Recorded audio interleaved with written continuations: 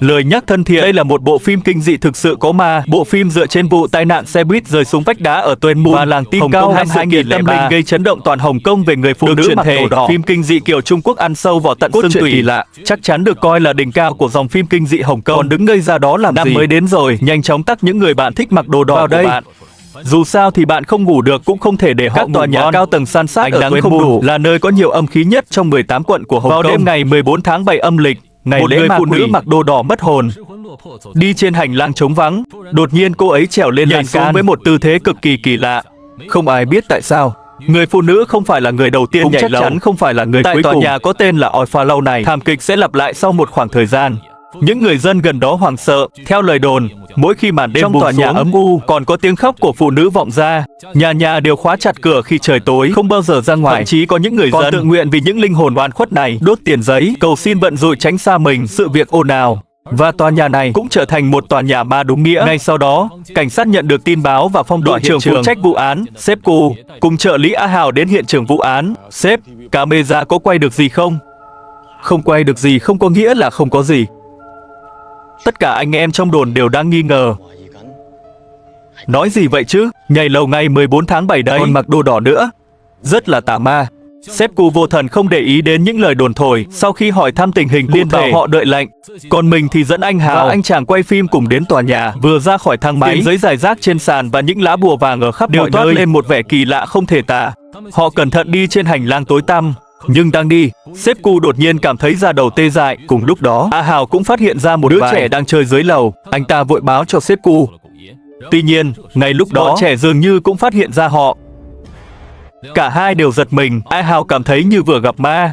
Sếp Cu lại bảo anh đừng tự dọa mình. Đêm khuya, chẳng lẽ trẻ con không được ra ngoài chơi sao? Tuy nhiên, chưa nói hết lời, khi họ nhìn lại, mấy đứa trẻ lúc này đã biến mất một cách kỳ lạ. Sếp Cu vội bảo anh chàng quay phim tua lại đoạn phim nhưng trong đoạn phim tua lại hoàn toàn không có một bóng người. Sếp Cu ngơ ngác. A Hào phía sau mới nói, có lẽ bọn trẻ đã về nhà rồi. Sếp Cu thấy vậy cũng không nghĩ nhiều nữa. Họ tiếp tục đi sâu vào hành lang. Tuy nhiên, khi họ đang đi khắp nơi để điều tra, sếp, 1005, tôi đã không sống ở đây lâu rồi.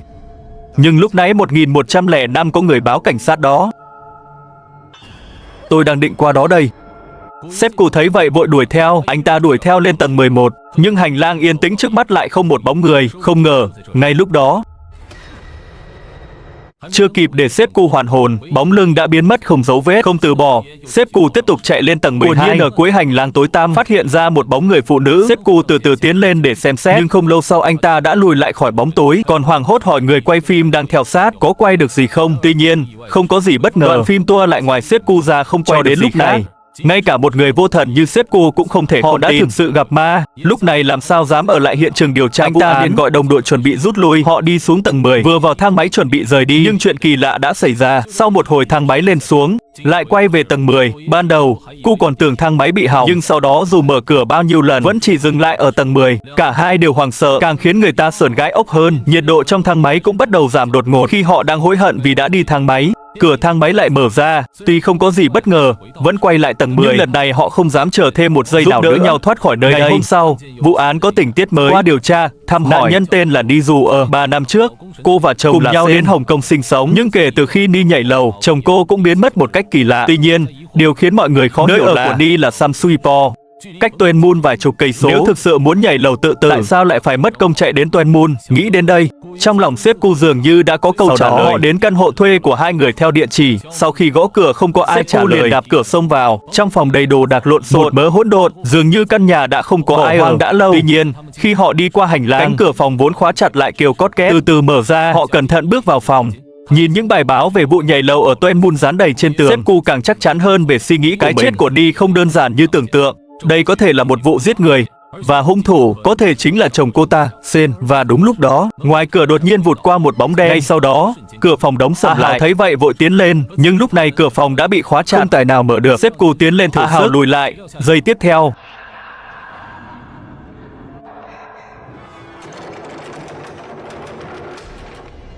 Hai người nhanh chóng bước ra khỏi phòng. Nhưng lúc này trong nhà hoàn toàn không có một bóng người. Lúc này họ không dám ở lại nữa, vội vã rời đi. Buổi tối, họ nhận được tin báo. Có người nói ở gần tòa nhà Oi Pha nhìn thấy Sen đã biến mất. Sau khi nhận được tin, họ nhanh chóng đến làng Quả Nhiên. Không lâu sau, thấy Sen từ tiệm vàng mã xách một túi đồ cúng đi ra. Đúng lúc họ đến trước mặt Sen và xuất trình giấy tờ, anh ta lại hất đổ chậu lửa rồi bỏ chạy. May mà sếp cô cũng không phải tay mơ. Cuối cùng, làm gì vậy, sếp? Làm gì vậy? Sếp bảo anh đi đi. Giết vợ, lừa tiền bảo hiểm. Tôi không biết anh nói gì cả. Là yêu. Sếp, tôi và yêu đã chia tay nhau được 1 năm rồi. Anh có nhầm lẫn gì không? Thật sự không lừa sếp đâu. Nếu anh không tin, đây là chị em đồng hương của yêu, A Pheng. Sau đó họ tìm người chị em tốt của Ni qua thẩm vấn. Quả nhiên gần như giống hệt những gì Sen nói. Vụ án này càng trở nên khó lường.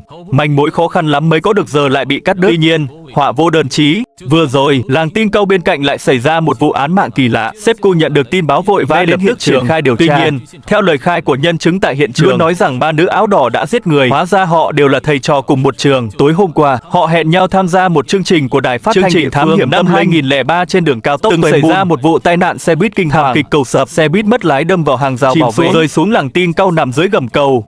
Toàn bộ hành khách trên xe không một ai sống sót. Từ đó, làng Tin Câu bắt đầu xảy ra những chuyện tương truyền rằng mỗi đêm sẽ có một người phụ nữ mặc đồ đỏ lang thang trong làng, khiến cho làng không yên ổn. Và đây cũng chính là nơi tối nay họ sẽ đến thám hiểm tâm linh. Vậy, chương trình còn đặc biệt chi một số tiền đến bà ba, một nhà ngoại cảm nổi tiếng địa phương, cùng nhau đến hiện trường vụ tai nạn xe buýt rơi cầu năm đó, thực hiện một nghi lễ gọi hồn. Chỉ thấy bà ba chuẩn bị sẵn sàng, miệng lẩm bẩm: hồn nữ thuần khiết đến đây. Hồn nữ thuần khiết đến đây. Hôm nay chúng ta sẽ chơi. Oan hồn có chủ. Xin hãy mau chóng rời khỏi nơi này. Khi câu thần chú gọi hồn vừa dứt, trong nhà lập tức nổi lên một luồng gió lạnh. Mọi người sợ đến mất hồn, có người đã bắt đầu hối hận không nên đến đây. Cùng lúc đó, bà ba, người đã hành nghề mấy chục năm, đầu tiên cảm thấy bất an như vậy. Tuy nhiên, chưa kịp để mọi người phản ứng, bàn thờ lại rung lên dữ dội. Ngay sau đó, bà ba mất kiểm soát, bắt đầu cô giật toàn thân. Anh Bang, em đang nói gì vậy? Cha Silio, đừng phá rối chốn cũ của chúng ta. Tôi không có ở đây. Bên kia. Vợ ơi, anh nhớ em. Điều khiến mọi người không ngờ đến là hồn ma nữ áo đỏ Lucini được đồn thổi trong làng lại là bạn gái của thầy giáo anh Bang. Vụ tai nạn năm 2003, Cindy tình cờ cũng có mặt trên xe. Sau khi xe buýt rơi từ trên cầu xuống, bị văng ra khỏi cửa sổ xe và rơi xuống mái nhà trắng trên người cô, lập tức bị máu nhuộm đỏ, chết thảm tại chỗ. Kể từ khi Cindy qua đời, không tìm bạn gái nữa, độc thân cho đến nay. Người khó khăn lắm mới gặp lại nhau. Nhưng chưa kịp nói được vài câu, đèn điện bắt đầu chớp tắt liên tục. Ngay sau đó, trước mắt đột nhiên tối sầm. Họ vội vàng chạy ra khỏi nhà. Tuy nhiên, ngay lúc đó, đội ngũ vốn đông người, lúc này chỉ còn lại 5 người, không ai biết chuyện gì đã xảy ra. Họ vội vàng tìm kiếm khắp nơi. Ngay giây tiếp theo, trên bầu trời đêm tối đen bỗng xuất hiện vài đốm ma chơi. Mọi người sợ hãi chạy tán loạn. Trong lúc hỗn loạn, họ chạy vào từ đường trong làng. Bà ba thấy vậy vội tiến lên, cầu xin sự phù hộ của tổ tiên các đời làng. Nhưng cuối cùng vẫn là muộn một bước. Khi họ tìm lại được những thành viên mất tích, lại phát hiện một trong số đó đã chết thảm tại chỗ. Mức độ nghiêm trọng của sự việc đã vượt xa dự đoán của ekip chương trình. Vì vậy họ đành phải báo cảnh sát cầu cứu. Buổi tối, sếp Cù vẫn đang ở văn phòng xử lý vụ án. Tuy nhiên, ngay lúc đó, làng Hemun lại nhận được tin báo có người phụ nữ nhảy lầu. Nhưng điều kỳ lạ là khi anh ta đến hiện trường, lại không tìm thấy thi thể của người phụ nữ nhảy lầu. Sếp Cù tưởng có người trêu đùa, anh ta đi thang máy lên tầng 10. Ai ngờ, vừa ra khỏi hành lang, thấy một người phụ nữ đang chuẩn bị nhảy lầu, vội tiến lên ngăn cản. Không ngờ, lúc này, sếp Cù cuối cùng cũng nhìn rõ người phụ nữ chẳng phải là nạn nhân trong vụ xe buýt rơi ở Toenbun năm 2003. Cho đến lúc này, anh ta mới bừng tỉnh. Hóa ra những chuyện kỳ lạ gặp phải trước đây chính là do Lucini giở trò sau lưng. Khiến sếp Cù khó hiểu là kẻ này xưa nay không có thủ oán gì với anh ta, hắn lại nhiều lần đến quấy rối mình. Hào dường như cũng nhận ra sự nghi ngờ của sếp Cù, cho rằng sự quấy rối của có thể là có mục đích khác. Sau đó họ mang theo nghi vấn đến bạn trai của Lucini. Dưới sự tra hỏi liên tục của hai người, cuối cùng không chịu nổi áp lực, thú nhận tất cả với sếp Cù. Hóa ra anh Bang và Cindy đều là giáo viên cùng một trường, nhưng khi hai người đang yêu nhau, anh Bang lại ngoại tình với một nữ sinh tên là Souman. Bị cướp bạn trai, Cindy tức giận đã lợi dụng thân phận giáo viên của mình trước mặt tất cả các bạn học trong lớp, công khai sỉ nhục Souman về việc quyến rũ thầy giáo. Bị sỉ nhục, ai ngờ Souman vốn đã mắc bệnh trầm cảm nặng, Sau khi bị Shinny sỉ nhục công khai, trong lúc quẫn trí đã chạy lên sân thượng, nhảy xuống. Sau đó, Shinny cũng rơi vào trạng thái tự trách sâu sắc. Soman tuy cướp bạn trai của mình nhưng tội không đáng chết, mà chính mình lại đã hại chết cô ấy. Cô xin nghỉ phép dài hạn để đi du lịch cho không ngờ lại chết thảm trong một vụ tai nạn xe buýt mất lái. Sóng gió của một mối tình tay ba cuối cùng kết thúc bằng sự ra đi của hai người phụ nữ. Sepku sau khi hiểu rõ sự tình liền mắng anh ta là đồ ngốc. Điều mà mọi người không biết là mất lái thực ra không phải là tai nạn mà là do linh hồn của Soman sau khi chết thành quay về trả thù. Nó trước tiên điều khiển chiếc xe buýt mà Shinny đang đi mất lái. 20 hành khách trên xe phải chết oan cùng. Còn chút giận lên những kẻ si tình ở làng Toenmoon, những cô gái bất hạnh. Thảm kịch nhảy lầu cứ một thời gian lại xảy ra ở tòa nhà nó gây ra. Quả nhiên, anh Bang vừa về đến nhà đã gặp chuyện lạ. Anh ta đang định đốt đồ cúng cho Shinny, đang đốt thì vai anh ta đột nhiên cảm thấy nặng trĩu. Khi anh ta cởi áo ra xem, lại phát hiện trên người mình bỗng nhiên xuất hiện một vết tay hoàn hồn. Đèn trong nhà đột nhiên tắt ngúm. Anh ta cầm đèn pin mò mẫm bước vào phòng khách. Ai ngờ đúng lúc đó, sếp, anh có sợ không?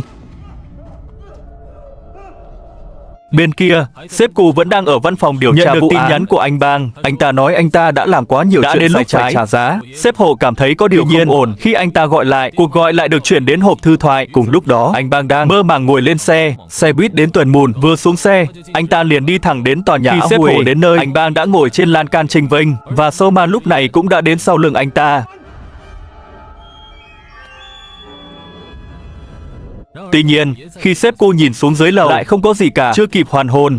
Lúc này dưới lầu lại xuất hiện bóng dáng của Lucini. Sếp cô nhìn theo hướng tay Shinny chỉ, hóa ra anh Bang không phải ở tầng 10 mà là ở tầng 11. Tất cả những gì đều là ảo ảnh do Soman tạo ra để trì hoãn thời gian. Sếp cô không kịp suy nghĩ nhiều, anh ta nhanh chóng tiến lên đưa anh Bang xuống. Cho đến lúc này, anh Bang mới tỉnh táo trở lại. Rõ ràng là anh ta hoàn toàn không biết chuyện gì vừa xảy ra. Sếp cô nói may mà anh ta đã gửi tin nhắn, nếu không thì mình cũng không biết làm sao để cứu anh ta. Anh ta hoàn toàn không biết gì về chuyện tin nhắn. Đến lúc này, sếp Cù cuối cùng đã hiểu ra mọi chuyện. Hóa ra sự quấy rầy không ngừng của Shinny vẫn còn lo lắng cho bạn trai anh Bang. Cô biết Soman chắc chắn sẽ ra tay với anh Bang. Kể cả tin nhắn đó thực ra cũng là do cô ấy viết. Tất cả những gì cô ấy làm là để nhắc nhở sếp giải cứu anh Bang. Cuối câu chuyện, anh Bang quay trở lại nơi Shinny gặp nạn, nói lời từ biệt cuối cùng. Hóa ra lúc đó anh ta không có lỗi với Shinny. Tất cả những gì đã xảy ra là do Soman đơn phương tình nguyện. Anh ta vẫn cảm thấy tội lỗi vì cái chết của hai người phụ nữ.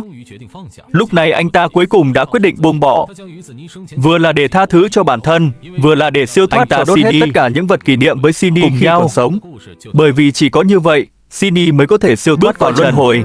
Được rồi, câu chuyện hôm nay đến đây là hết. Hẹn gặp lại các bạn vào kỳ sau.